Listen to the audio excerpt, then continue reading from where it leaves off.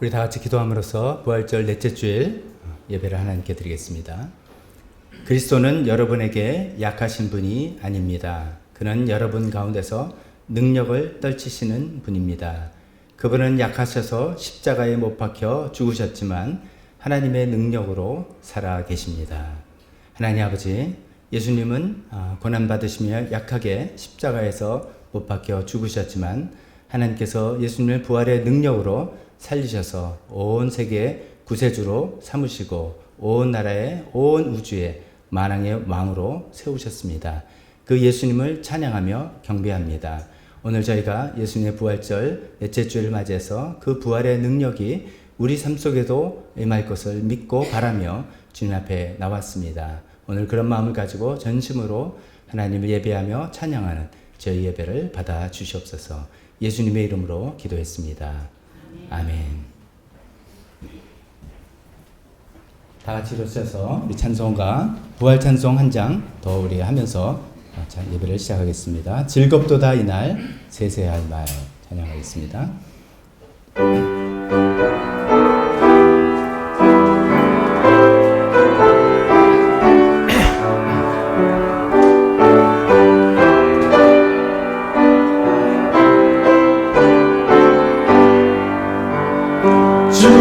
즐겁도다 이날 세세의 할 말 사망 권세 깨고 하늘이 열려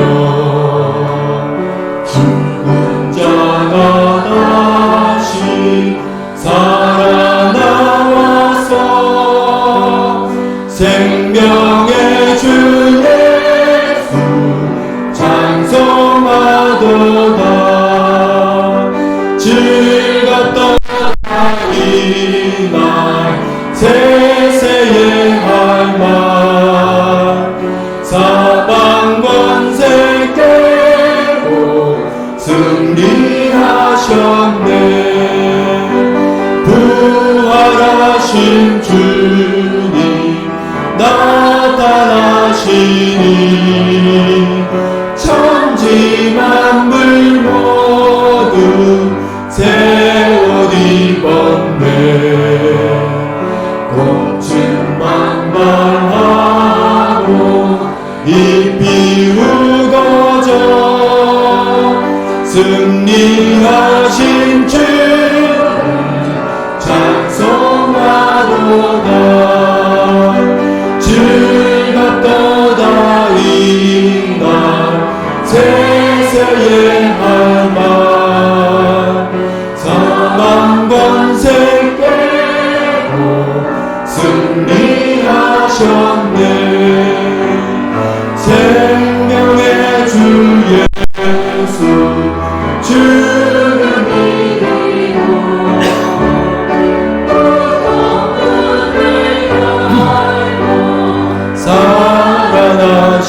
살아나셨네. 주의 말씀대로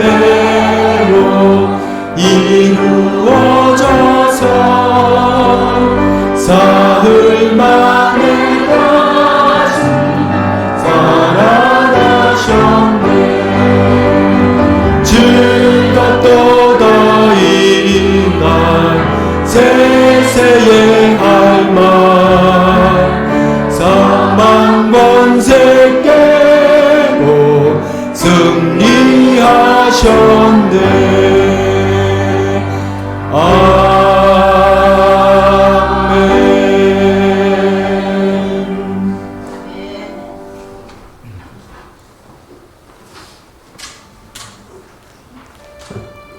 이어서 계속해서 우리 예수님을 찬양하는 찬송 드리겠습니다. 찬송을 작년에 한번 배워보면서 두어 번 불러봐서 조금 익숙하시기도 하겠지만 또 생소하시다면 가사 내용을 마음에 품으시면서 이것이 우리의 고백입니다. 정말 후렴 가사 예수님 당신은 순결하고 아름다우신 주 거룩하고 사랑스럽고 능력과 영광의 주십니다. 이렇게 여러 가지 묘사로 예수님을 높이며 찬양하는 찬송을 우리 마음을 다해서 곡조에 씌어서 예수님 찬양하는 찬양 되었으면 좋겠습니다. 네.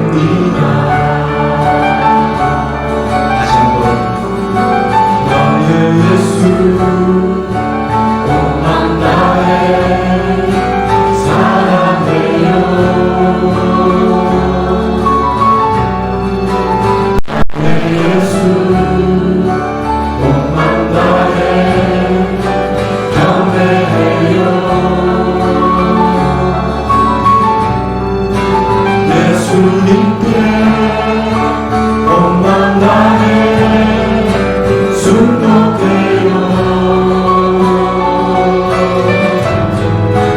영원토록 찬양을 드립니다. 당신을 순결하고 아름다운 주이십니다. 거룩하고 사랑스러운 능력과 영광의 주이십니다. 하늘과 땅이 주 찬양해 영광의 왕을 영원한 주를 영화의 왕자 모든 만물의 주 영원토록 주님을 높이세. 나의 예수 온만 다해 사랑해요. 나의 예수 온만 다해 경배해요. 예수님께 온만 다해 순복해요.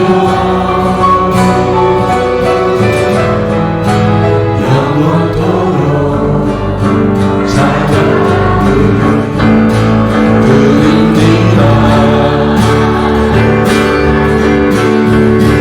당신을 순결하고 아름다운 주이십니다. 거룩하고 사랑스러운 능력과 영광의 주이십니다. 하늘과 땅이 주 찬양해 영광의 왕을 영원한 주를 평화의 왕자 모든 만물의 주 영원토록 주님을 당신을 순결하고 아름다운 주이십니다. 거룩하고 사랑스러운 능력과 영광의 주이십니다. 하늘과 땅이 주 찬양해 영광의 왕을 영원한 주를 평화의 왕자 모든 만물의 주 영원토록 주님을 높이세. 나의 예수 온만 다해 사랑해요. 나의 예수 온만 다해 경배해요. 예수님께 온만 다해 순복해요. 영원토록 찬양을 드립니다.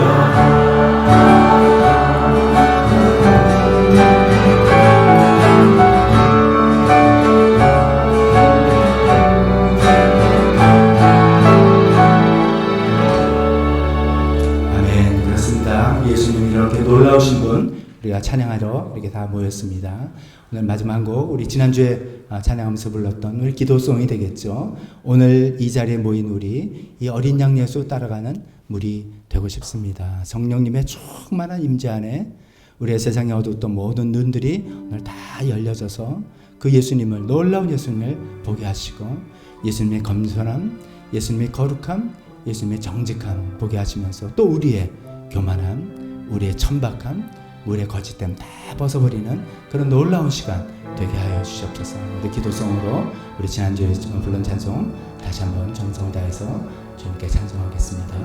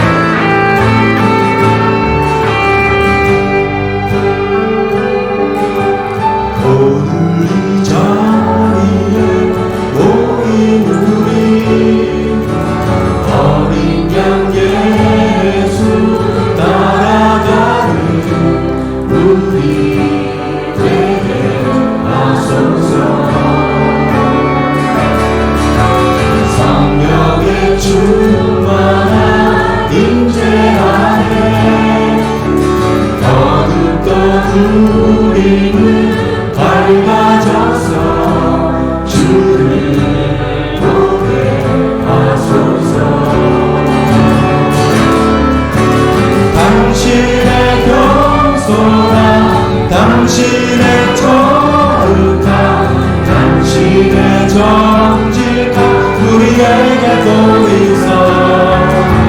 내 안에 교만함 내 안에 천박함 내 안에 거짓됨 모두 벗어버리고 어린 양 예수 따라가는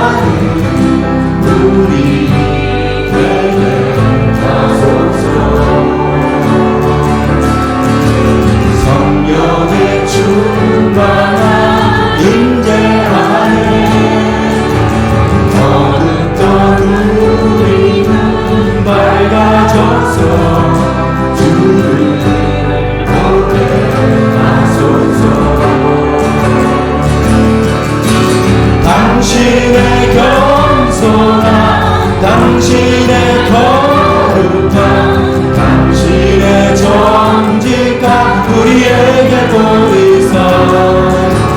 내 안에 교만함 내 안에 천박함 내 안에 거짓됨 모두 벗어. 당신의 겸손함 당신의 겸손함 당신의 거룩함 당신의 정직함 우리에게 보이소. 내 안에 교만함 내 안에 천박함 내 안에 거짓됨 모두 벗어버리고 어린 양 예수 따라가는 우리 되게 하소서.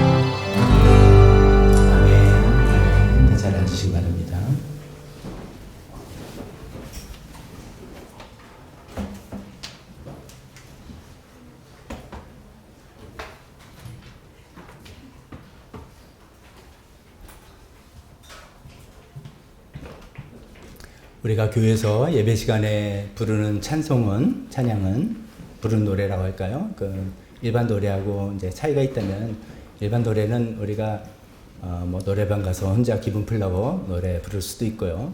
사람들 앞에서 이렇게 음악 실력하면서 같이 유흥을 즐길 수도 있고요. 이런 거라면 우리가 예배 시간에 교회에서 부르는 노래는 대상이 있습니다. 하나님께 드리는 거죠. 하나님께 우리 마음을 다해서 하나님이 이런 분이시고 하나님 우리가 이런 마음입니다. 이렇게 대상이 하나님이라는 분명한 대상을 두고 부르는 그런 찬송들이죠. 그래서 우리 마지막 찬송 부르는 것도 하나님 우리가 어린 양 예수를 따라가는 그런 무리로 주님 앞에 나와서 이렇게 되기를 원합니다 라고 고백하는 그런 찬송 우리가 드릴 때 또 하나님께서 잘 받아주시고 우리를 은혜로 인도하시리라 믿습니다. 오늘도 이렇게 예배로 오신 많은 분들 주님의 이름으로 환영합니다. 오늘 또 이렇게 소개하고 또 우리 인사할 분들도 많이 계십니다. 4월달, 5월달 되면 미국에서 이제 많이들 방문하실 거다라고 말씀드렸는데 또 그런 분들이 오셨습니다. 먼저 이렇게 앞에 있는 분 뭐 일어나실 필요는 없고요. 그냥 저희 집사람 옆에 계신 분이 미국 보스턴에 계시는 저희 아내 이모님 되십니다. 교회는 아마 평생 처음으로 오셨을 거예요. 3주 저희 집에 계시다가 이제 내일 모레 돌아가시면서 마지막 이렇게 교회에 오셨는데 앉아 계신 여기서도 여기 박수. 또 저쪽으로 돌아가면은 우리 안수 집사님의 둘째 아드님 시애틀에 있는 우리 김영조, 소피아 부부 또 이렇게 왔습니다. 환영합니다. 그리고 이쪽으로 이렇게 돌아가면은 분위기를 봐서는 김하영 어머님 친구분들 같아 보이십니다. 저기 세 분 나란히 앉으셨는데 잘 오셨습니다. 환영합니다. 그리고 앞쪽으로 보면 또 차윤기 형제님이 옆에 계신 분은 오늘 탁구대회를 평정하러 오신 차윤기 형제님까지 복지 파트너로 오셨는데 환영합니다. 이렇게 함께 하나님을 예배하러 오신 모든 분들을 주님의 이름으로 환영합니다. 주보를 보면서 교회 소식 나누도록 하겠습니다. 다음 주일이 이제 5월달이 이렇게 되죠. 보통 이제 5월달이 되면 화산꽃이 피고 그러는데 이번 봄이 일찍 왔죠. 꽃들 다 피고 꽃가루 사방에다 날리고 우리는 알러레기로 굉장히 고생들 하고 어저께 비가 얼마나 방구왔는지 모르겠습니다. 그러나 이제 5월달이 우리가 전통적으로 가정의 달로 이렇게 지킵니다. 그래서 다음 주일 5월 첫째 주가 되는 세대 통합 예배, 우리 자녀들과 함께 드리는 예배 때 가정의 달 행사 이때 한복에 다 합니다. 우리 자녀들에게도 교회에서 선물 주고 교회 어르신들에게도 선물 드리고 또 우리 부모님들에겐 카네이션 꽃 이렇게 증정해 드리고 또 몇 년 만에 헌화식도 하려고 합니다. 헌화식은 이제 몇 년 됐으니까 또 혹시 이게 뭔가 생각하시는 분인데 일반적으로 이제 장로교나 다른 교단에 따라서 유아 세례라고 하죠. 어린아이에게 세례를 주고 이것이 이제 우리의 침례받는 것처럼 이제 구원을 받는 증표로 세례를 주는데 우리 이제 침례교에서는 그것은 자기가 본인이 성인이 돼서 자기의 의지와 결단으로 예수를 믿는 그 나이 때 하는 게 낫겠다라 생각해서 유아 세례 대신 헌화식으로 우리 자녀를 믿음으로 잘 양육하겠습니다 라고 하는 부모의 결심, 결단 그런 것을 표하고 또 우리 교회 중은 그걸 함께 축복해주고 축하해주는 그런 시간입니다. 요번에 헌화식 때 우리 김재영 한숙 가정의 예결이는 코로나 때문에 시기를 좀 놓쳤어요. 그래서 애가 이제 걸어서 이렇게 나옵니다. 예결이는 걸어서 나오고요. 우리 돌이 되는 예안이, 그다음에 김중경 목사님 가정의 예겸이 다 일자 돌림입니다. 예겸이 이렇게 세 명이 또 이거 혹시 또 원하시는 분이 있으면 신청하시면 다음 주에 같이 하나씩 할 수 있겠습니다. 오늘은 이제 아마 여러분들이 이제 믿음을 굉장히 발휘하셔야 됩니다. 예배보다는 예배 끝나고 탁구대회에 지금 다 관심이 있지 않을까 생각하는데 관심을 딱 접어놓으시고 예배 집중을 하셔야 되는데 예배 끝나고 난 다음에 바로 탁구대회를 하도록 하겠습니다. 예배 끝나고 바로 뒷 부분은 매주 하던 대로 이제 테이블 정리하고 탁구대회 나놓고요. 보통 이제 1시 반부터 시작하자라고 말은 했지만 준비가 되는 대로 조금 일찍 하면 우리가 일찍 할 수 있으니까 준비되는 대로 조금 더 당겨서 하는 것도 좋을 것 같습니다. 경기에 참여하시는 분들 또 경기 아니더라도 또 응원으로 끝까지 같이 함께 해주셔서 재밌는 시간, 좋은 시간, 귀여운 교제 시간 되시길 바랍니다. 친교부에서 자비로 상품도 다 준비해 놓으셨고요. 또 간식도 다 간식거리도 준비해 놓으셨고 푸짐합니다. 제가 거짓말이 아니라 푸짐합니다. 그러니까 푸짐한 상품을 놓고 우리 재밌는 탁구대 했으면 좋겠습니다. 교회 또 결혼식 소식이 있습니다. 우리 차은경님 가정의 개혼이죠. 장녀 차혜민 자매님의 결혼식 5월 5일 날 어린이날 4시 30분에 있습니다.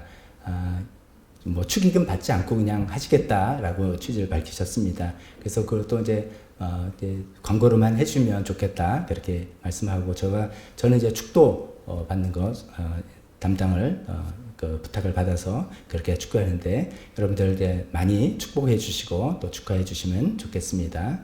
오늘 이제 감사떡은 지난 주일날 결혼한 신혼부부죠. 김헌 정지인 자매 결혼 감사떡입니다. 근데 특이하게도 제공은 다른 사람이 하는 아주 특별한 일이 생겼습니다. 그 이유는 아신 분 되게 다 아시지만 우리 김헌 형제님이 김지연 목사님 소개로 오셨잖아요. 근데 김지연 목사님의 아주 친한 선배 언니의 동생이시고 그 언니는 하나님께서 불러가시고 그래서 이제 완전 누나의 심정으로 이 결혼을 보면서 이렇게 감사떡을 제공하는 것 같습니다. 신혼부부 좀 앞으로 한번 나오시죠? 나와서 인사도 한번 합시다. 네, 인사 한번 하고 기도도 같이 합시다. 지난주에 결혼식 할 때 제가 좀 놀랬습니다. 신부가 좀 약간 위태위태했어요. 좀 그때 뭐 이제 앞을 보시고 쓰러지나 싶을 정도로 그랬는데 다행히 이제 결혼식 무사히 잘 마쳤는데 이 김헌 정진 이 부부 하나님께서 또 이 교회 안에서 함께 교회 안에 뿌리 내리고 신앙으로 사랑으로 같이 잘 살아갈 수 있도록 우리 잠깐 축복기도 하고 여러분들 박수 환영해 주시고 들어가면 되겠습니다. 하나님 아버지 이 가정을 주님 축복합니다. 주님께서 부부로 맺어주시고 하나님의 사랑과 축복 가운데서 이제 결혼 생활을 시작하게 되었습니다. 하나님 아버지 많은 축복으로 많은 은혜로 주님께서 부어주시고 하나님을 주인으로 섬겨나가는 그런 결심을 해나가고 계속해서 그 결정을 해나갈 때 하나님께서 아름답게 인도해 가시는 귀한 가정 우리가 다 볼 수 있게 도와주셨기를 간절히 기도하며 예수님의 이름으로 기도했습니다. 아멘. 우리 박수할 때 인사를 들어가시면 되겠습니다. 네, 들어가시면 되겠습니다. 들어가시면 돼요.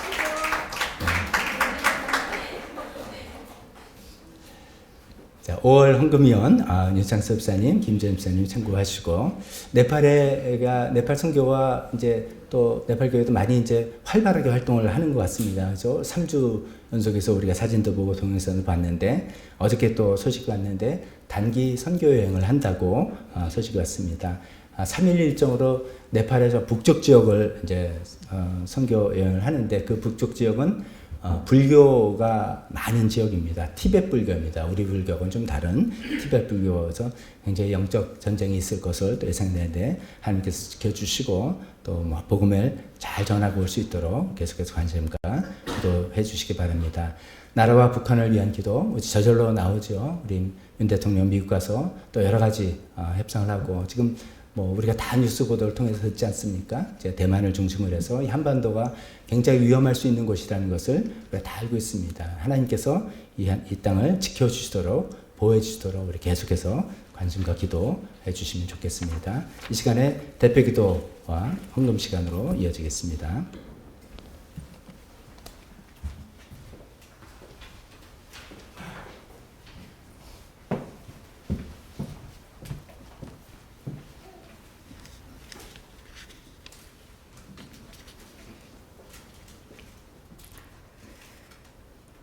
부활절 넷째 주일을 맞이해 하나님께 찬양과 경배를 드리는 예배의 자리로 저희를 불러주심에 감사드리옵나이다.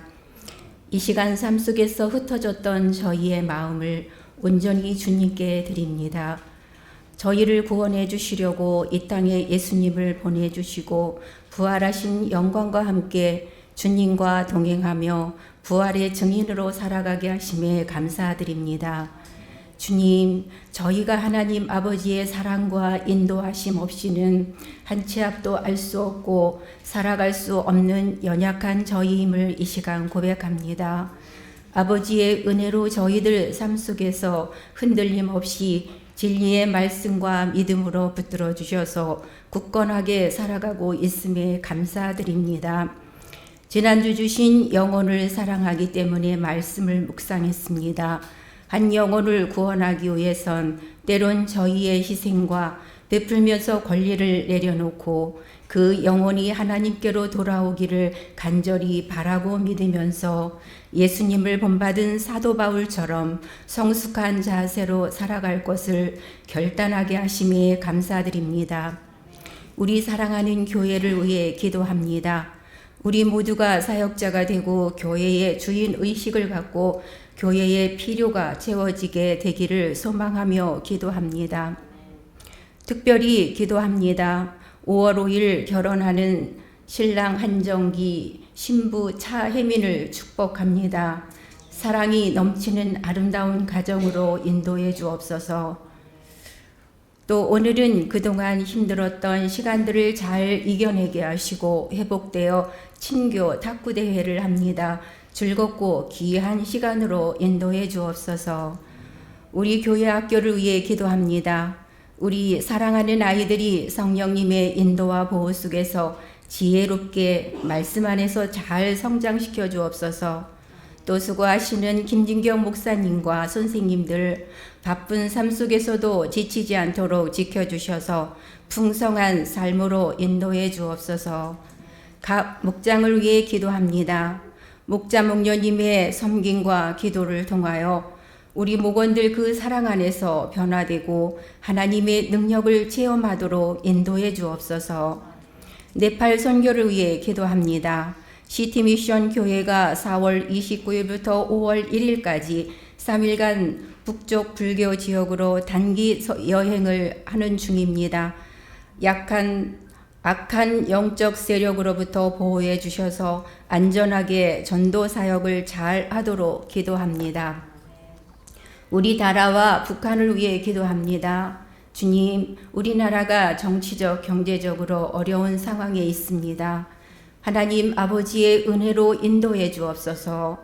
북한이 자유와 평화의 땅이 되도록 기도합니다. 이 시간 귀한 말씀을 전하시는 우리 목사님, 성령님이 인도하셔서 저희의 마음과 귀가 열리어 삶의 변화로 나타나는 열매 맺는 말씀이 되길 기도합니다. 예수님 이름으로 기도합니다. 아멘.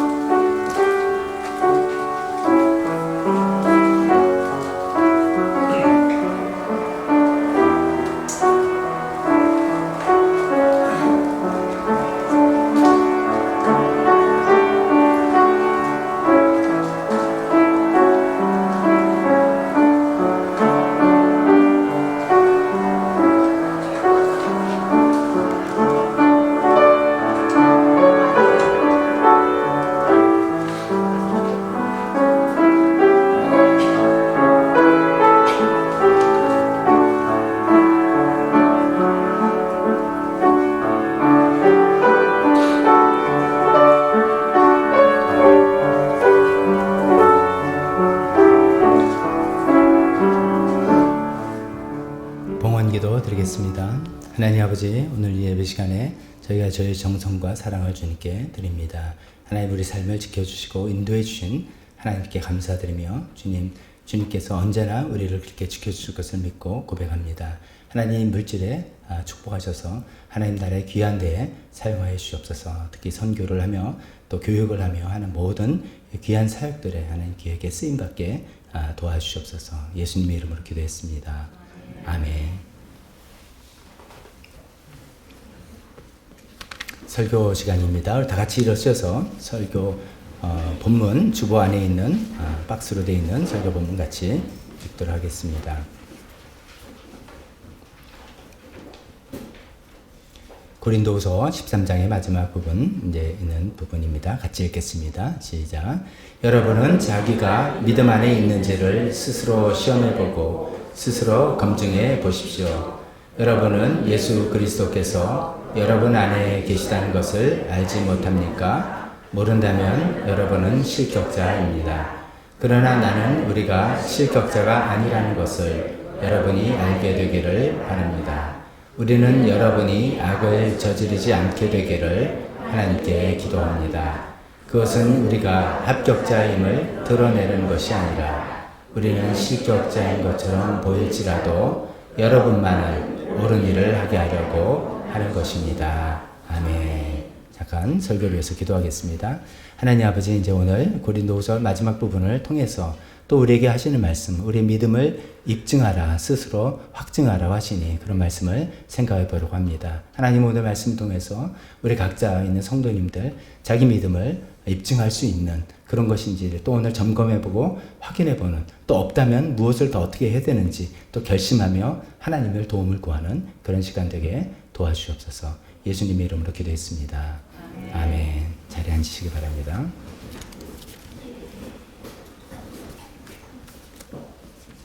오늘 이제 고린도 후서 강해에 즉 이제 한 설교 본문을 붙잡고 계속해서 순서대로 순서에 따라 설교하는 그런 강해 설교를 고린도 후서 본문을 삼은 거는 이제 작년 6월서부터 시작해서 이제 오늘 이제 마지막 시간이 되겠습니다. 고린도 후서는 그냥 우리가 마지막 시간이니까 또 한번 정리해 본다면요, 크게 세 단락으로 세 내용이 담겨져 있습니다. 첫 내용은 이제 그 전에 사도 바울과 고린도 교회 간에 있었던 그 일들에 대한 이야기입니다. 고린도 교회에 어떤 여러 가지 잘못된 문제점들이 있어서 그런 것을 지적하는, 그걸 고치라는 편지 내용을 썼는데, 그리고 방문했는데 영 맞아떨어지지 않았던 것이죠. 그래서 그 다시 한번 눈물로 편지를 쓰게 됐습니다. 그 편지에 좋은 소식, 좋은 반응으로 이제 고린도 교인들이 회개를 했다라는 그 소식을 듣고 참 기쁘다, 그런 내용을 7장까지 하는 게 첫 번째 단락이었습니다. 두 번째는 그렇게 되니까 이제 그러면 전에 너네가 약속했던 헌금을 계속하자, 예루살렘 교회에 도와야 되지 않겠냐 라고 해서 헌금에 관한 그런 얘기가 이제 8장 9장 두 번째 단락이고요. 어쩌면 이제 거기서 이제 편지가 끝났을지 모르는데 그 편지를 쓸 무렵에 나중에 또 다시 사도 바울을 비방하는, 그런 오해하는 그런 내용들이, 그런 사람들이 많이 있다는 소식을 듣고 거기에 대해서 이제 반응하는, 이야기하는 내용이 뒤 10장에서 13장 이렇게 이어지게 됩니다. 오늘 이제 마지막 본론은 그 고린도서 전체 최종적인 결론이자 이 마지막 세 부분, 그러니까 사도 바울을 비방하는 사람들에 대해서 이야기하는 부분에 대한 결론이기 때문에 그런 것을 참고하면서 우리가 들으셨으면 좋겠습니다. 우리가 이제 읽지 않은 이 내용, 13장 1절부터지만 시간상 읽지 않은 그 내용을 보면 사도 바울이 이제 고린도 교회를 내가 세 번째 앞으로 방문할 거다. 처음에 개척하러 갔고, 두 번째 문제가 있어서 갔고, 세 번째 또 갈 건데, 그때까지 이 문제가 해결되지 않으면 그때는 정말 나 가만히 있을 수 없다. 이걸 올바로 잡고 하나님께서 나에게 주신 어떤 권한이 있는데 그 권한을 행사해서 그 사건을 처리할 것이다. 라는 좀 센 이야기도 합니다. 근데 그런 센 이야기를 하면서 그 심정은 그런 일이 있지 말고 빨리 어서 바로잡고 돌이키고 회개하라고 하는 이야기죠. 그러면서 10절에 그런 이야기죠. 하나님께서 나에게 권위를 주셨지만 이 권위를 여러분을 넘어뜨리라고 주신 것이 아니라 세우라고 주신 것이다. 그러니까 나는 이 권위를 통해서 이 편지를 쓰면서 여러분을 다시 올바르게 바로 세우려고 하니까 제발 그렇게 돌이켜라 라는 이야기를 하고 있습니다. 이제 그런 얘기를 하면서 전체적으로는 제발 다른 사람들, 고린도 교인들에게 다른 사람들을 어떻다 하지 말고 여러분 자신들을 점검해 보십시오. 이런 얘기를 하는 겁니다. 여기서 이제 직접적으로 다른 사람이라는 건 사도 바울을 두고 이야기하는 거죠. 고린도 교인들이 사도 바울이 뭐 말은 잘하는데 글은 대단한데 말은 어떻다는 둥, 그 사람이 헌금을 받지 않는 거 보니까 뭐가 찔려서 그런다는 둥, 굉장히 말이 많은데 제발 남 가지고 이러통저러통 하지 말고 여러분 자기 자신들을 살펴보고 점검해 봐라. 그 얘기를 이제 중점적으로 하고 있습니다. 오늘 이제 본문의 핵심 구절이 5절인데 5절 이렇게 돼 있거든요. 여러분은 자기가 믿음 안에 있는지를 스스로 시험해 보고 스스로 검증해 보십시오. 이렇게 돼 있습니다. 제가 이제 중요한 부분을 강조해서 다시 한번 읽어보면 이렇습니다. 여러분은 자기가, 남이 아니라 자기가 믿음 안에 있는지를 스스로 시험해 보고 스스로 검증해 봐라. 스스로 자기를, 남 돌아보지 말고 자기를 한번 쭉 체크해 봐라. 테스트해 봐라. 이런 이야기를 하고 있는 것이죠. 그래서 오늘은 이제 이 말씀을 가지고 우리도 한번 우리 믿음을 한번 테스트해 보고 점검해 보고 체크해 보는 그런 시간으로 삼았으면 좋겠다 싶습니다. 우리가 이제 뭐 내가 믿음이 있나 없나 이걸 뭐 어떻게 합니까? 교회를 다니면 믿음이 있다? 교회를 한다면 믿음이 없다. 단순한 이런 얘기의 잣대보다는 사실 우리의 믿음은 어디서 출발하는데 언제 출발하냐면 예수님을 영접하는 그 시간에 출발하는 것이죠. 요한복음 1장 12절에 우리에게 잘 알려주고 있습니다. 그러나 그를 맞아들인 사람, 그는 예수님이죠. 그를 맞아들인 사람, 즉 그를 예수님을 영접하는 사람, 곧 그 이름을 믿는 사람들에게는 하나님의 자녀가 되는 특권을 주셨다라는 귀한 말씀을 우리에게 알려주셨습니다. 예수님을 당신 믿습니까? 안 믿습니까? 이렇게 하면은 믿는다고 하지만 내가 또 요새 좀 헤매고 있다 그러면 좀 글쎄요 믿기는 하는데 이렇게 하기 쉽습니다.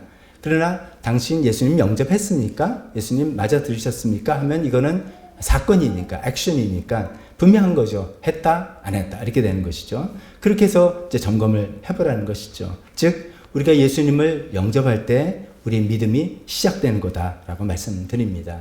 영접, 이게 좀 옛날 용어니까 우리 마음 문을 열고 예수님 내 마음에 들어오셔서 나를 다스려 주십시오 라고 맞아들이는 것이죠.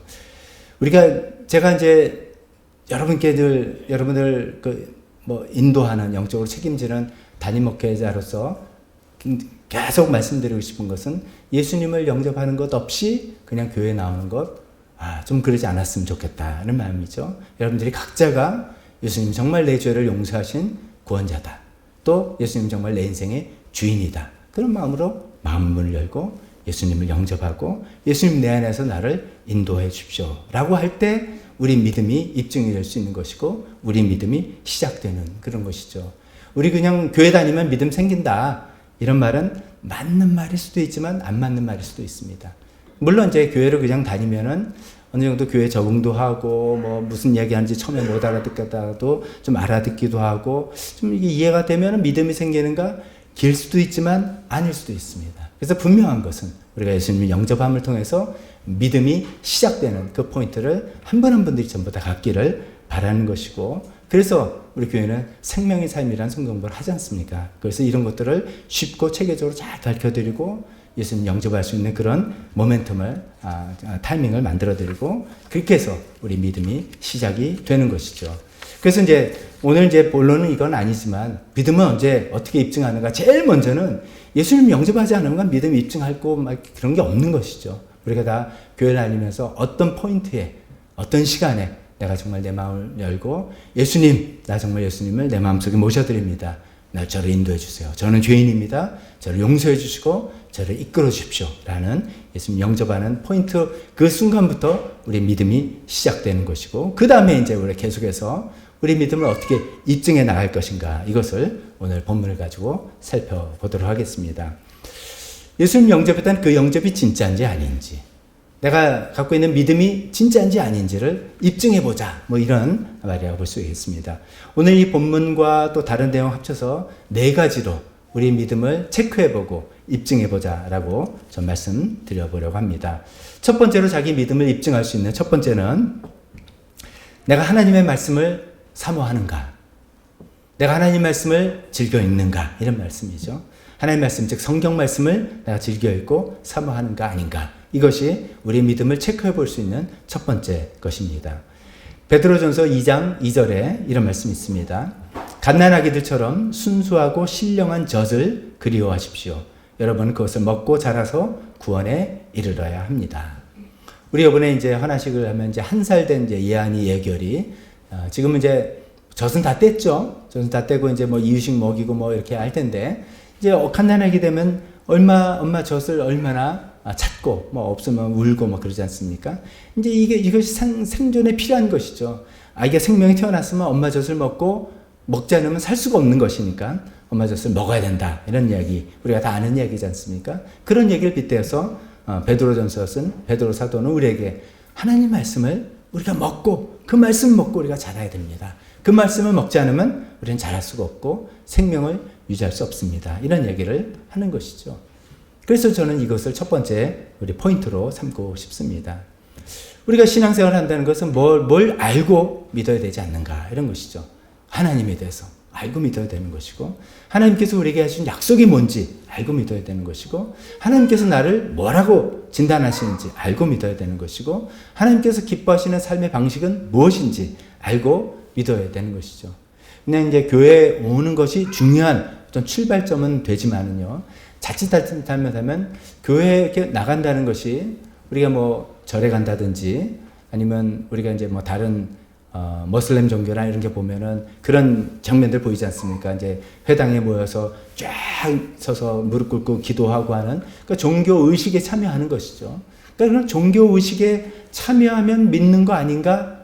이게 아니라고 말할 수는 없지만 우리에게 중요한 차이가 있는 것이죠. 우리 계속 말씀드리죠. 우리의 신앙은 뭡니까? 하나님과의 살아계신 하나님과의 개인적이고 인격적인 관계라고 말씀드리지 않습니까? 우리가 그냥 어떤 종교의식을 참여해서 내가 어떤 종교를 갖고 있다, 내가 무엇을 믿는다가 아니라 우리는 놀랍게도 살아계신 하나님, 온 우주를 지으시고 우리 마음을 다 아시고 우리를 다스리시는 그 하나님과 내가 인격적이고 개인적인 관계를 맺어나갈 수 있는 그 놀라운 그것이 우리의 신앙이라고 할 텐데, 하나님께서 어떤 분인지, 하나님께서 무엇을 좋아하시는지, 하나님께서 우리에게 무엇을 주겠다고 하시는지, 그것을 어떻게 받는지, 나는 뭐가 문제가 있는지 이런 것을 알지 못하고 그냥 예배와 참석하고 갔다, 이런 행위로서 어떤 종교의식에 참여, 예식에 참여함으로써는 되지 않는다. 한계가 너무나 많다는 것이죠. 어떤 분은 이렇게 말씀하실 겁니다. 그래서 저는 설교 많이 들어요. 목사님 설교 꼬박꼬박 듣고, 요새 유튜브에도 좋은 설교 많이 해서 많이 설교 많이 듣습니다. 굉장히 좋습니다. 좋습니다. 근데 이것을 한번 말씀드리고 싶습니다. 제가 예전에 이제 이런 얘기를 한 경우가 저기 있습니다. 설교를 음식에 비교한다면은, 자기가 속한 교회의 담임 목사 설교 듣는 것은 집밥 먹는 거 비슷한 거죠. 매일매일 먹는 삼시세끼 밥 먹는 거 비슷한 겁니다. 그리고 가끔 어떤 이제 부흥회를 참여한다든지 아니면 유튜브 동영상에 아주 유명한 설교자의 설교, 좋은 설교 이런 걸 듣는 것은 특식을 먹는 거 비슷한 것이죠. 둘 다 필요하다는 것입니다. 그러나 집밥 먹는 것이 기본이죠. 예를 들어서 우리가 늘 밖에서 외식한다 하면은 그분의 건강이 어떻습니까? 안 좋다는 걸 다 잘 알았습니까? 자극적인 음식 좋죠. 도전도 되고 짜릿도 하지만 그런 것을 매번 그런 것을 먹는 것은 아니죠. 그래서 뭐 제가 설교를 잘한다 이런 걸 떠나서 우리는 어느 한 교회 소속해서 그 교회 세운 하나님께 세우신 담임 목사의 설교를 그냥 매번 삼시세끼 집밥처럼 쭉 먹고 그것의 건강을 지켜나가면서 가끔 필요한 이런 말씀을 듣는 것이 좋겠다. 그런 말씀을 드렸습니다. 그런데 오늘 이제 이런 생각이 들더라고요. 설교도, 이제 담임 목사의 설교까지도 어떻게 보면 식당 음식이 될 수 있겠다. 실제로 우리가 먹는 집밥은 자기 개인이 읽는 성경 읽기다. 그런 말씀을 저는 드리고 싶습니다. 자기 개인이 성경을 읽고 이해를 얼만큼 하든 못하든 간에 또 읽고 하면서 하나님께서 깨닫게 해주시고 나중에도 알게 해주시는 그런 것들이 있는데 이것이 기본인 것이죠. 개인적으로 성경을 읽고 나가고 그것을 잘 모르니까 설교를 들으면서 더 뜻을 알아나가고 도전도 받고 은혜도 받고 그러다가 더 필요하면 다른 목사님 훌륭한 설교도 들으면서 더 자극도 되고 도전도 되고 은혜도 되고 이런 것이 깔려야 되는데 나는 성경은 안 읽고 그냥 설교 많이 듣고 설교 많이 본다 이렇게만 하면 되지 않느냐라는 것은 뭐 나쁘지는 않습니다. 안 하는 것보다는 좋습니다만은 기본은 우리가 개인적으로 성경 읽는 것이다.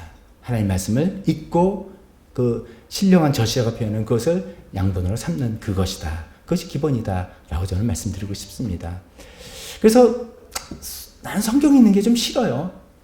성경 읽는 건 지루하고 난 잘 모르겠어요. 한다면 저도 그분의 믿음을 잘 모르겠습니다.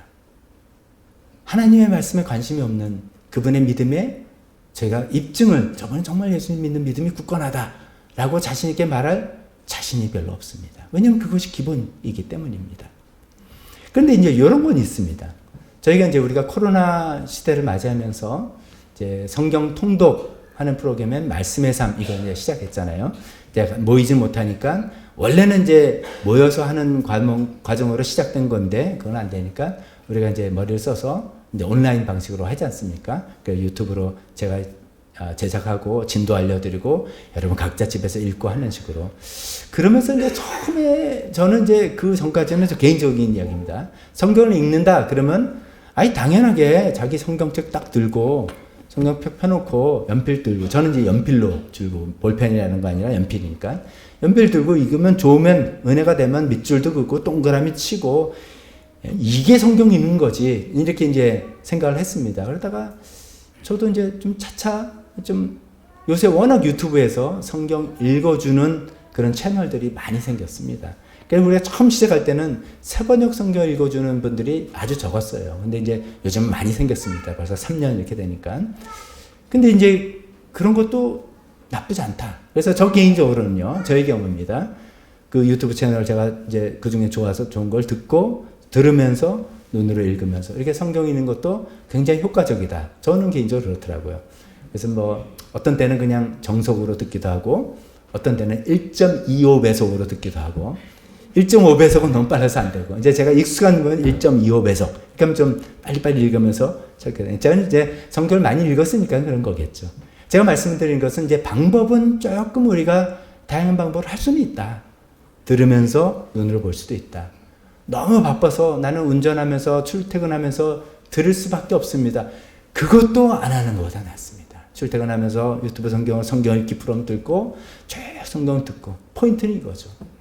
우리가 요즘 세상에는 얼마나 많은 정보들이 쏟아집니까?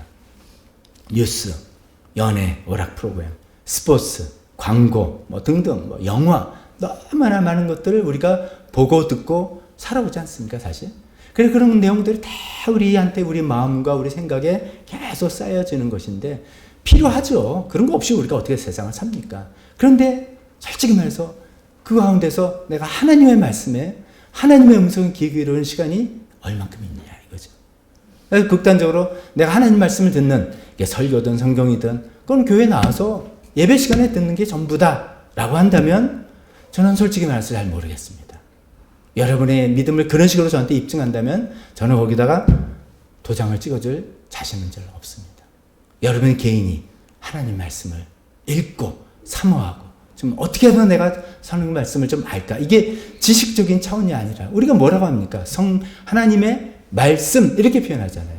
한 인격체가 나한테 하시는 이야기다 이렇게 생각하잖아요. 그 말씀이라고 우리가 표현은 다 이렇게 하면서 말씀에 관심이 없는, 성경 읽는 것에 관심이 없는 그런 마음이라면 어찌 우리의 믿음을 입증해낼 수가 있겠습니까? 그래서 어떻게 해서 여러분들 오늘 말씀에 좀 도전 받으시고, 아이 그러네, 진짜 내가 입증받을 수 없겠네, 그럼 내가 어떻게 좀 성경을 좀 읽어볼까? 매일 성경도 하시고, 앞으로 또 말씀의 삶 30장 읽는 게 좀 힘들다면 그럼 저한테 개인적으로 저도 그런 생각이 있습니다. 한 주에 30장 조금 넘게 우리가 말씀의 삶인데, 어떤 분은 마음이 있어도 이게 현실적으로 좀 힘들 수도 있겠다. 그래서 그 고민을 지금 제가 해보고 있습니다. 좀 이거를 분량을 적게 해서 어떻게 해서든 읽게 해드리는 게 도움이니까. 그 생각해서 이제 이번에 끝나면, 여름 지나고 난 다음에 가을에 다시 할 때 혹시 이제 그런 여러 개 저한테 피드백을 좀 주시면 그렇게 해서 좀 이렇게 뭐 투 트랙으로 가든지 해서 해보는데, 관건은 이겁니다. 성경 말씀 읽어야 됩니다. 하나님 말씀 읽어야 됩니다. 이것이 말씀이라고 우리 한다면 하나님께서 우리에게 뭐라고 말씀하시는지를 알아야지 우리가 신앙생활을 하지 않겠습니까? 그것이 첫 번째 우리 믿음을 입증하는 문제입니다. 믿음의 증거는 하나님의 말씀을 사모하는 것으로 우리가 입증할 수 있다. 첫 번째 말씀드립니다. 두 번째, 우리가 우리 믿음을 입증할 수 있는 것은 성령님의 인도함을 받는다. 성령님의 인도함을 받는다. 오늘 본문 5절에 이렇게 되어 있습니다. 여러분은 예수 그리스도께서 여러분 안에 계시다는 것을 알지 못합니까? 모른다면 여러분 실격자입니다. 좀 무서운 말이죠. 여러분 안에 성령님이, 예수님이 안에 계신다는 걸 모르고 그냥 살아간다? 뭐 믿음, 이거는 입증할 수 없는 실격자다. 이런 이야기를 아주 평범하게, 아주 명확하게 이야기하고 있습니다. 그래서 우리는 이것을 분명히 이 두 가지 말이 동의어다라는 것을 여러분 꼭 기억하셨으면 좋겠습니다. 예수 믿는 사람 이꼴 예수님이 내 안에 있는 사람, 이겁니다. 예수 믿는 사람이라는 것은 그 예수님이 내 안에 계시는 그런 사람이다. 나는 그런 사람이 되었다라는 것이 동의어입니다. 예수라는 어떤 분을 객관적으로 믿거나 예수님 말하는 교회에서 말하는 기독교 교리를 내가 알거나 하는 것에서 출발하겠지만 결국 그 예수님을 내 안에 모시고 있는 것이죠. 언제? 예수님을 영접할 때. 그 일이 시작된 거 아닙니까? 우리가 예수님을 영접할 때, 그래서 제가 계속 말씀드립니다. 그냥 교회 나오면 믿음 생기고 그냥 이렇게 하면 직분 받고 하는 거, 그게 아니라 우리가 개인적으로 예수님을 영접하는 그 순간이 있어야 되는 거죠. 그때 예수님이 내 안에 오셔서, 그게 믿음이니까, 그게 믿어 나가는 생활이니까 말씀드리는 것입니다. 예수님은 우리가 어디 손님으로 영접했습니까? 예수님은 우리가 뭐 왔다 가는 그런 사람을 영접했습니까? 예수님이 우리 안에 영원히 내주하시는, 우리 안에 영원히 거하시는 왕이시고 목자시고 하나님이시고 주인으로 우리가 영접하는 거 아닙니까? 그분이 우리 안에 계시고 우리는 그분의 인도함을 받아서 살아가는 것이다. 그것이 믿는 사람의 삶의 모습이다. 그것이 예수 믿는 사람의 생활 방식이다. 이거 아니겠습니까? 그래서 두 번째 믿음의 증거는 내 안에 정말 하나님이 계시냐? 예수님, 하나님, 성령님 똑같은 말로 제가 쓰겠습니다. 내 안에 정말 하나님이 계셔서 내가 하나님의 인도함을 받는 뭐가 있냐? 이거를 우리가 확인해 볼 수 있는 것이죠. 우리가 하나님의 인도함을 받기 위해서 이런 단계를 거치죠. 우리 이제 예전에 브라이언 목사님 우리 교회 오셔서도 말씀하셨고, 지금은 이제 유튜브 사역으로 굉장히 활발하게 사역하고 계시는데, 우리가 하나님의 인도함을 받기 위해서 네 가지 이걸 하라고 우리가 알려주셨던 거 다시 한번 기억합니다. 먼저 하나님께 여쭙고 하나님께 묻는 거죠. 두 번째, 하나님의 응답을 들어보고, 세 번째는 그 뜻을 분별해보고, 그 다음에 네 번째는 순종하는 거. 그래서 영어에 좀 익숙하신 분들은 좀 더 기억하기 좋게 알도, A-L-D-O 이렇게 말씀했습니다. ask, 물어보고, L, listen, 그리고 D는 discern 해보고, O는 obey 하자 하는 것이죠. 우리가 잘못하면은 우리 기도는 이렇게 되기 쉽습니다. 우리가 다 모든 것을 내가 다 정해놓고, 내가 좋아하는 거, 내가 원하는 거, 내가 바라는 거 다 마음에 품고, 하나님 이거 해주세요 라고 때를 쓰는 그런 겁니다. 우리 자녀 키울 때 자녀가 때를 쓰면 들어주는 나이가 있습니다. 우리가 몇 살일까? 1살짜리가 때 쓰면 냠냠 들어줍니다. 그렇죠? 근데 좀 어느 일정이, 그건 제가 몇 살이다 말할 수 없지만 조금 넘어가면 안 들어줍니다. 안 들어줘야 돼요. 때 쓰는 대로 들어주면 큰일 나죠. 저기 있는 식칼 멋있는데 그거 줘요. 큰일 나는 거죠. 그렇게 안 되는 거잖아요. 근데 우리 신앙생활이 여전히 내가 원하는 거, 내가 바라는 거 다 마음에 품고 하나님 이거 해주세요. 틀렸다 이거죠. 순서가 틀렸다. 잘못하면 그건 하나님을 못 오가는 것입니다. 하나님인데 우리 마음의 생각, 마음의 계획, 마음에 원하는 거 이런 것들 가장 먼저 하나님께 여쭙는 거죠. 하나님 이거 어떻습니까? 하나님 이거 좋은 겁니까? 하나님 허락하십니까? 하나님이 보시기에 이것이 나한테 덕이 되겠습니까? 도움이 되겠습니까? 하나님께 먼저 ask, 여쭙고, 그럼 하나님께서 말씀하시는 걸 들어보려고 애를 쓰고, 성경 말씀으로도 말씀하시고, 설교자의 말씀으로도 말씀하시고, 우리 마음의 음성으로도 말씀하시고, 여러 가지 말씀으로 말씀하시는 하나님의 음성을 들으려고 애를 쓰고, 그 다음에 discern, 분별하고. 왜 분별하는 게 중요한 거냐면, 우리는 다 욕심이 있어서 듣는 것의 한 90%는 하나님의 음성 들었다 하지만 자기 생각일 거예요. 다 자기 생각을 컨펌하는 그런 이상한 메커니즘이 우리한테 작용합니다. 그리고 또 나머지 부분은 마귀의 소리입니다. 우리를 망가뜨리려고, 우리가 신앙적으로 나가려고 할수록 마귀가 더 활동합니다. 그래서 마귀가 기도하니까 이거다 하는데 잘못된, 우리 욕심을 부추기는 잘못된 길입니다. 하나님의 음성은 아주 작게 들릴 수 있습니다. 그래서 그걸 분별하려고 애를 쓰고 노력하고 훈련하고 해야 되는 것이죠. 그 하나님께서 말씀하셨다면 과감하게 순종하는 것. 이런 것들이죠. 그러면서 우리가 하나님의 인도하심을 받아나가는 것입니다. 여러분, 우리 이 시간에 이렇게 생각합시다. 가끔 이제 서로 나눔하고 이야기하다 보면, 그때 나는 잘 몰랐는데 돌이켜보니까 하나님이 이렇게 나를 인도해 주셨어. 이런 얘기를 들으면 우리가 아멘. 이렇게 이야기하지 않습니까? 아멘은 아멘인데요. 바람직한 아멘은 아닙니다. 왜 나도 몰랐는데가 돼야 됩니까? 이거는 굉장히 수동적으로 그런 것입니다. 사실 그 뜻은 뭐냐면, 나는 내 욕심대로 내 마음대로 쭉 살았는데 하나님이 나를 1살짜리도 안 된 사람으로 봐주신 것 같아. 그래서 그냥 나를 그래도 지켜주신 거야. 나는 1살짜리도 아니야. 이 말하고 똑같은 말입니다. 이제 우리는 좀 바뀌어야 됩니다. 우리가 중요한 문제에 있어서 내가 하나님께 여쭸어. 하나님께 계속 기도하고 하나님 들어보려고 애쓰고 또 이런 생각 들어서 저런 생각 들어서 분별하려고. 왜냐면 우리도 사람 이야기하면 A는 이런 이야기하고 B는 저런 이야기 하는 경우 있지 않습니까? 뭐가 맞는 것인지 우리가 또 이렇게 판단하지 않습니까? 그런 시간을 가지고 그러면서 하나님 뜻이라서 내가 순종하고 나갔더니 참 이렇게 된 거야. 이럴 때 우리가 아멘. 지금 하나님께서 당신을 인도하시는군요. 하나님께서 당신을 인도하시는 확신한 증거를 보여주시군요.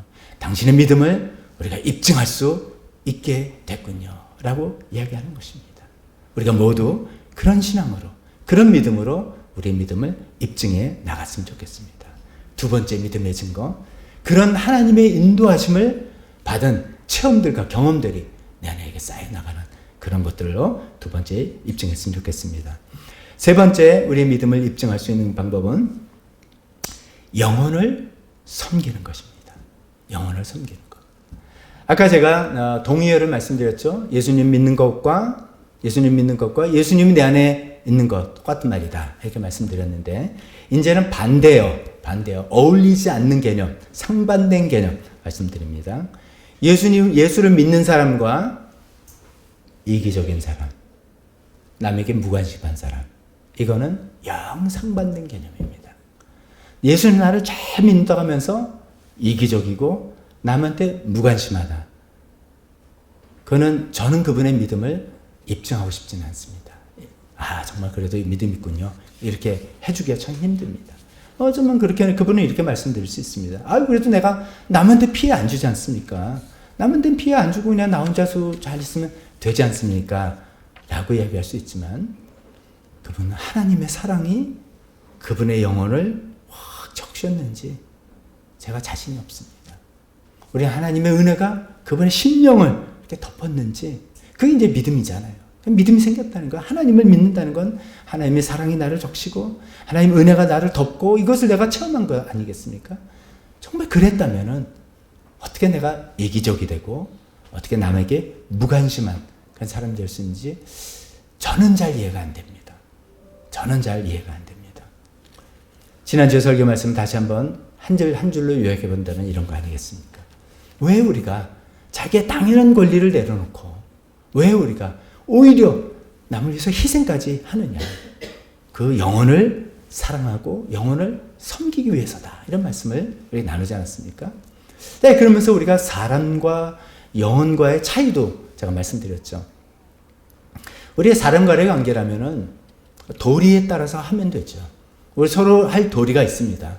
서로 축복하고 장례식이 생겼을 때 가서 조의하면 그 다음에 명단 놓고 그 다음에 그 집에 생겼을 때 또 반드시 찾아가서 답례하고 조의하고 하는 이런 것들이 도리입니다. 또 서로 이해관계 있습니다. 서로 도움을 주고받기도 하고 하는 것들. 이래서 도움을 주거니 받거니 또 피해를 주지 않고 피해를 당하지 않고 이런 도리라든지 이해관계라든지 이런 것들이 서로 이렇게 잘 맞아떨어지면 우리가 좋은 인간관계에 맺어 나갈 수 있는 것이죠. 근데 그것이 안 맞으면 저거는 좀 힘들어. 그래서 거리를 좀 이렇게 벌리고 안 만나거나 이렇게 할 수가 있겠습니다. 그러나 우리가 그분을 사람으로 대하는 것이 아니라 그분을 영혼으로 대한다면 다른 것이죠. 영 도리에 맞지 않는 행동을 해도 영 이해관계에 맞지 않아도 그것을 품고 해나가는 것이죠. 그것이 영혼을 섬기는 것이죠. 저분은 왜 저런가?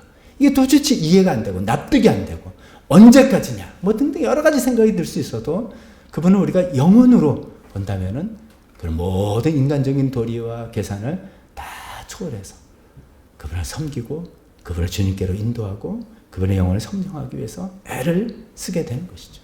왜냐하면 그 영혼이 얼마나 귀한 것인가.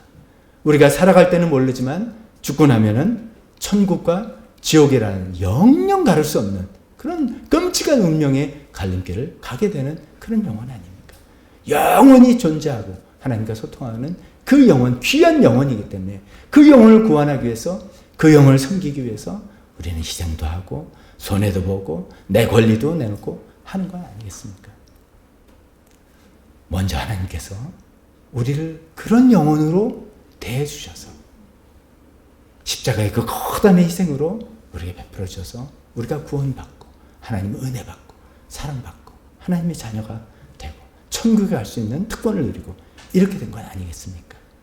그렇기 때문에 우리도 섬김의 본이 되신 그 예수님을 따라서 우리 다른 사람을 사람으로가 아니라 뭐 사람으로도 해야죠. 도리에 맞게 서로 행동하고 서로 주거니 맞게 잘 해야 되죠. 그러나 그 사람으로 대할 때는 안 맞아 떨어지는 어떤 것들이 있지 않습니까?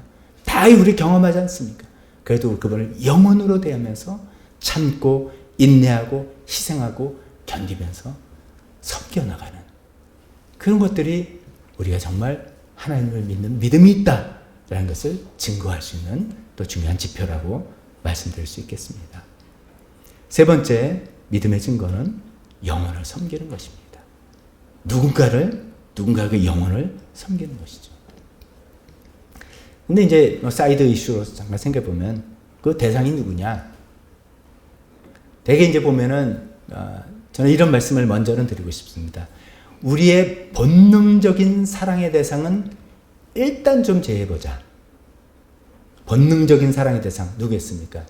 지금 가족, 특히 동기랑 자녀, 배우자, 본능적인 사랑의 대상이다. 당연히 해야 되는 것이죠. 당연히 부모로서 자녀를 아끼고 돌봐야 될 텐데 이거 당연한 걸 하면서 나는 영혼을 섬기고 있다.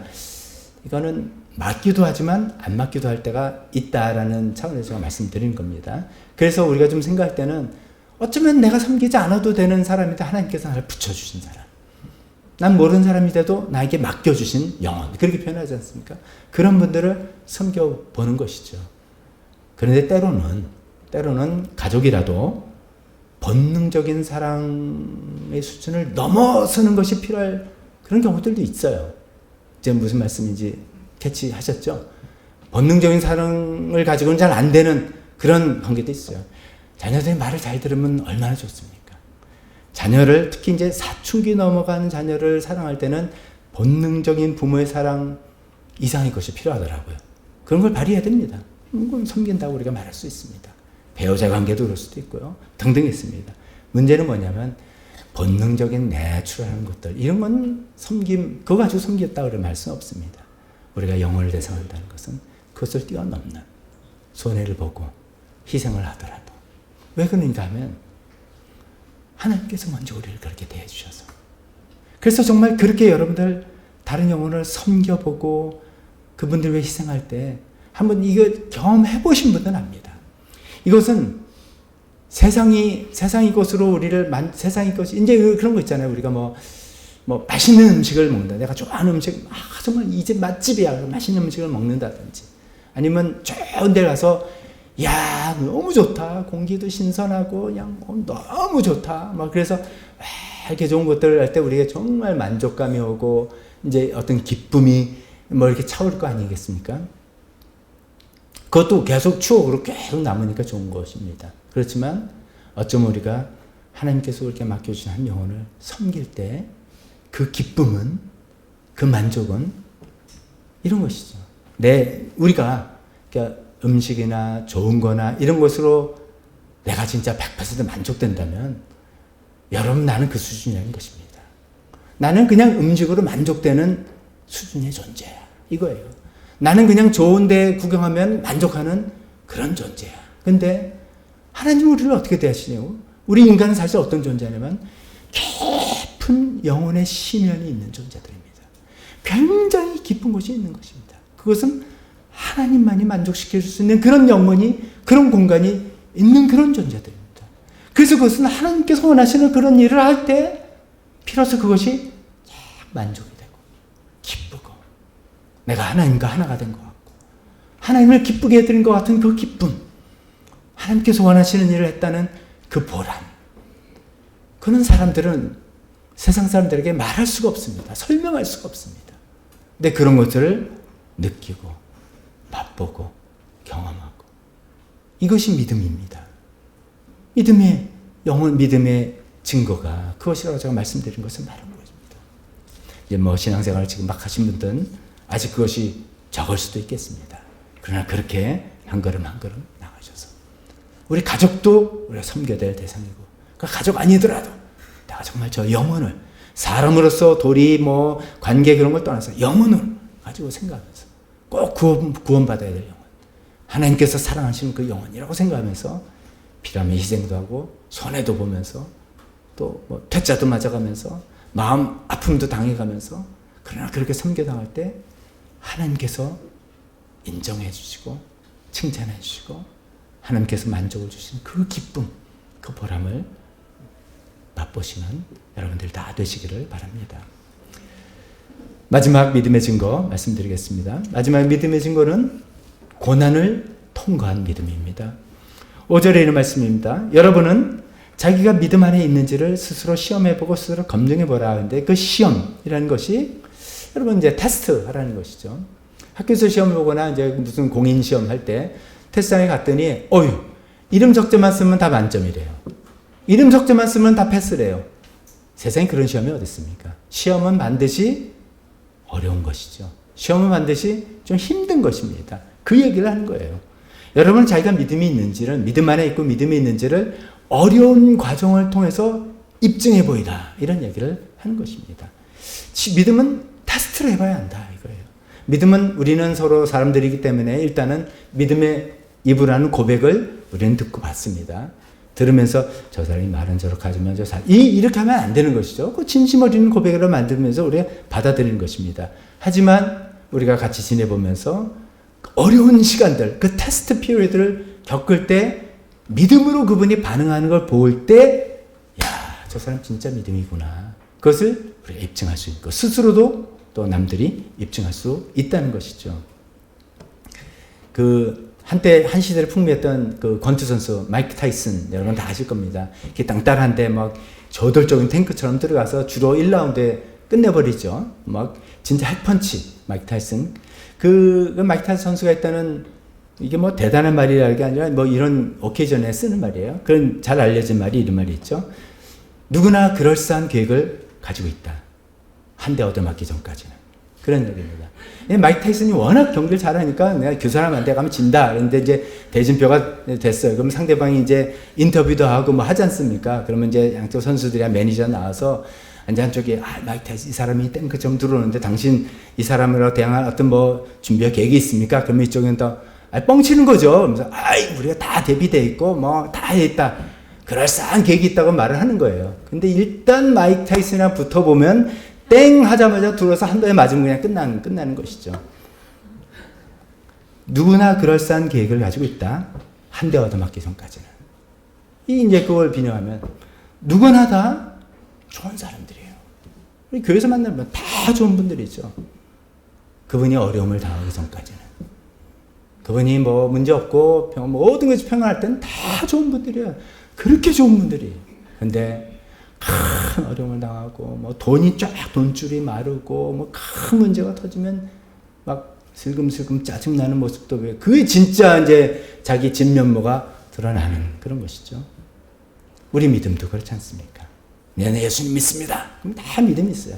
근데 실제로 어떤 죄의 큰 유혹을 당해볼 때 그때 어떻게 반응하는지 보고 우리가 하는 것이죠. 경제적으로 어려움을 당할 때 그때 믿음으로 반응하는지 막 원망하고 막 탓하고 나는 뭐 아무것도 아니야 이렇게 하는지 그거 보고 하는 것입니다. 믿었던 사람한테 크게 실망할 때 교회에서 다시는 내가 누구한테 마음 주나 그렇게 반응하는지 하나님을 믿고 여전히 또 다시 일어서는지 그거 보면 아는 거예요. 하나님을 믿고 내가 뭐든지 하겠습니다 말했는데 이거 좀 해보겠습니까? 어이구 하면 힘들고 커다란 희생이 요구될 때 그때 믿음으로 반응하는지 안 하는지 보면 그때 아는 거예요. 오늘 이제 신혼부부 앞에 나와서 이제 축구했으니까. 근데 신혼부부 이제 결혼서에 갈 때 그날도 말씀드렸지만 전통적으로 이런 얘기 하잖아요. 두 사람은 하면서 언제나 사랑하겠습니까? 뭐 이런 얘기잖아요. 그때 아주 천편일률 하는 얘기죠. 기쁠 때나 슬플 때나, 부유할 때나 가난할 때나, 아플 때나 건강할 때나 서로 뭐 이렇게 또 사랑하겠습니까? 그럼 뭐라고 대답합니까? 네! 대답하죠. 거기서 좀 생각해 보겠습니다. 이러면 안 되는 거잖아요. 다 네라고 대답하는데 실제로 살아보면 나타나요. 기쁠 때야 서로 좋아 죽죠. 슬픈 일 당할 때 너무 힘들어. 그러면 당신 왜 맨날 힘들다는 소리 해. 나도 힘들어 죽겠는데 좀 알아서 좀 해결해. 이런 사람인지. 부유할 때야 뭐가 문제겠습니까? 뭐 원하는 거 다 해줄게. 근데 돈줄이 다 넣었을 때 당신이 그때 어쩌고저쩌고. 그래, 가난할 때 서로 정말 사랑으로 계속 서로 대하는지, 아플 때 서로 지켜나가는지, 이럴 때 보고 사랑이지 않은 것처럼 믿음도 그렇습니다. 혹시 여러분 가운데 여러분 믿음이 한번 검증된 본 적이 있습니까? 여러분 정말 힘들고 어려울 때, 정말 힘들고 어려울 때, 남들이 보면 딱 믿음 딱 포기하고 교회 떠나고 하나님 떠나고 그럴 것 같은 때인데도 나는 믿음으로 붙들고 그래도 견디고 이겨나갔어. 그것이 하나님의 인도함으로 됐어. 라는 그런 간증이 있을 때 그 믿음은 입증된 믿음입니다. 검증된 믿음입니다. 그러나 혹시 여러분의 믿음이 아직 그런 거 없고 그런 힘든 거 경험한 적은 없고 아직도 그냥 뭐 여러 가지 하나님의 도움 없어도 살만한 것이 있고 그런 거라면 아직은 untested faith, 아직은 입증된 시험 아닙니다. 아직 테스트에서 검정필 이것 도장 받은 게 아닙니다. 언제나 그런 일이 올 때 반드시 믿음으로 이겨나가고 여러분의 믿음을 합격 도장을 받으시는 우리 모두가 되었으면 좋겠습니다. 반주해 주실 때 같이 기도하면서 오늘 말씀을 듣고 한번 또 점검해보고 나를 체크해보고 점검해보면서 혹시 부족한 게 있다면 있긴 있지만 부족한 게 있다면 하나님 내가 이것을 더 해야 되겠습니다. 나는 그래서 이렇게 하고 싶습니다. 이렇게 하렵니다. 주님 그렇게 결단합니다. 주님 그러나 내 힘으로 안 되니까 도와주시옵소서. 이렇게 기도하고 또 나와서 헌신 기도하시고 그럼 제가 또 기도해드리고 하는 그런 시간 갖도록 하겠습니다. 기도하겠습니다. 하나님 아버지 우리의 믿음을 입증해 보이도록 하시옵소서. 하나님 말씀에서 하나님 아버지 말씀을 대하면서 일주일에 한 번 교회 나와서 그것이 조금인지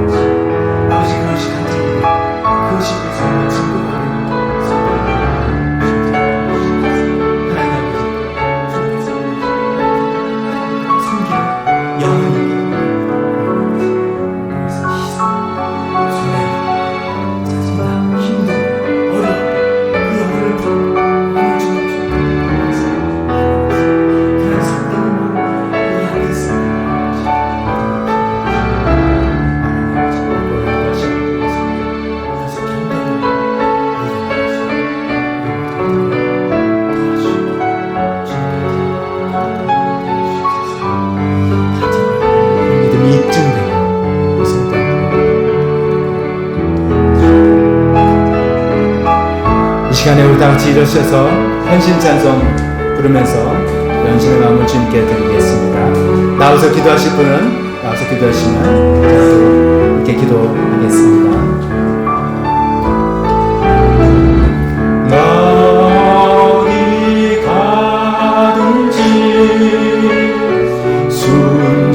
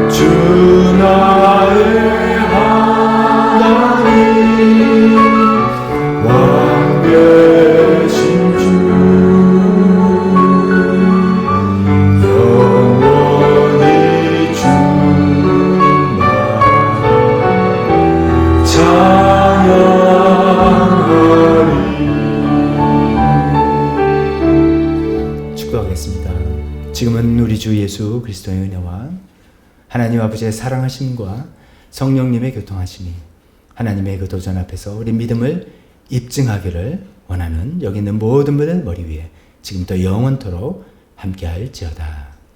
아멘.